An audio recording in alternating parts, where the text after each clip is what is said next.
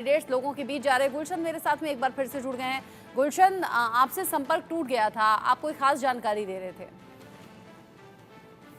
देखिए, बिल्कुल मैंने कहा कि चिंतन मंथन के बाद जो है अब फिर 9 उम्मीदवारों की जो सूची है वो जारी की गई है। टोटल 39 उम्मीदवार जो है कांग्रेस ने अपने चुनावी मैदान में उतार दिए हैं। अब जो 9 उम्मीदवार हैं इनमें भी एक खास चेहरे हैं जो कि बड़ी चर्चा चल रही थी, जो उचाना कला से बृजेंद्र सिंह की, जो कि अभी हाल ही में आपने देखा था कि बीजेपी से कांग्रेस में वो शामिल हुए थे। और ऐसे में चर्चा थी कि बड़ी हॉट सीट जो है उचाना है हरियाणा की, अगर कहें, क्योंकि दुष्यंत चौटाला वहां से चुनावी मैदान में है। तो लगातार हम देखते हैं कि बृजेंद्र सिंह और दुष्यंत चौटाला के बीच आपसी काफी तीखी नोकझोंक जो है देखने को मिलती है। और अब एक बार 2024 के रण में दोनों आमने सामने होंगे। आखिरकार बाजी कौन मारेगा, ये बड़ा दिलचस्प मुकाबला देखने को मिलेगा।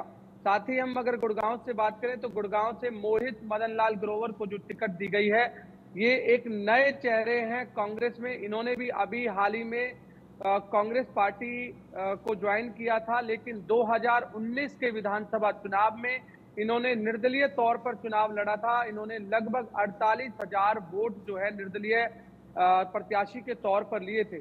इसलिए कहीं ना कहीं कांग्रेस ने बड़ा दाव जो है गुड़गांव विधानसभा से खेला है, क्योंकि गुड़गांव विधानसभा वो सीट है जो हरियाणा को सबसे ज्यादा रेवेन्यू देती है।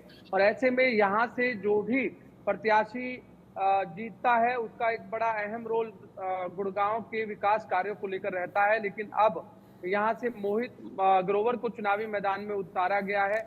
बीजेपी की तरफ से यहाँ मुकेश शर्मा होंगे, क्योंकि मुकेश शर्मा लगातार 25 साल से बीजेपी में है। और हालांकि 2014 में जब उनकी टिकट कटी थी तो वो इंडिपेंडेंट तौर पर भी चुनाव लड़े थे।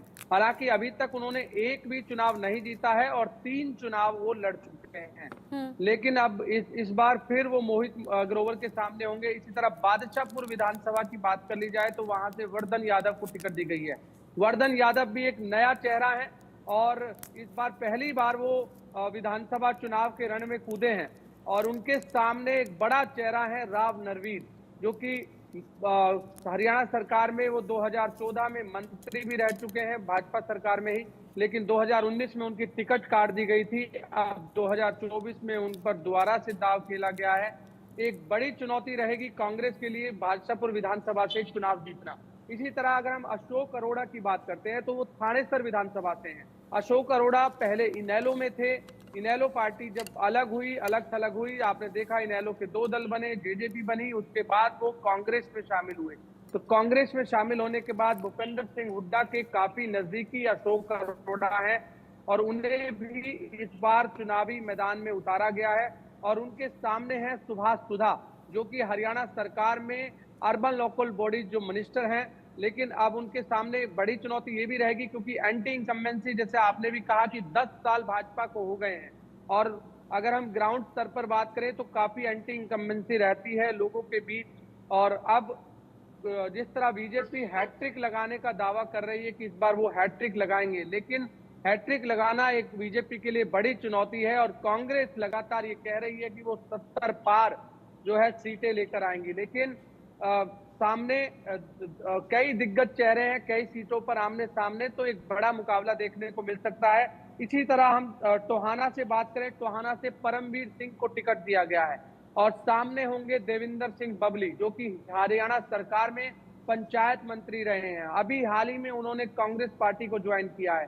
इससे पहले वो जेजेपी पार्टी में थे, लेकिन जेजेपी पार्टी से वो उन्होंने धुर विरोधी जो उनके सवर थे वो देखने को दिख रहे थे। लेकिन उन्होंने 2024 के लोकसभा चुनाव में कुमारी सैलजा का समर्थन किया था और कुमारी सैलजा वहां से जीती भी थी, क्योंकि ये सिरसा लोकसभा में आती है टोहाना सीट।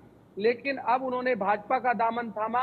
कुछ ही दिन पहले, यानी 3 दिन पहले, वो भाजपा का दामन थामते हैं और उन्हें हम्म। तुरंत जो है टिकट दे दी जाती है।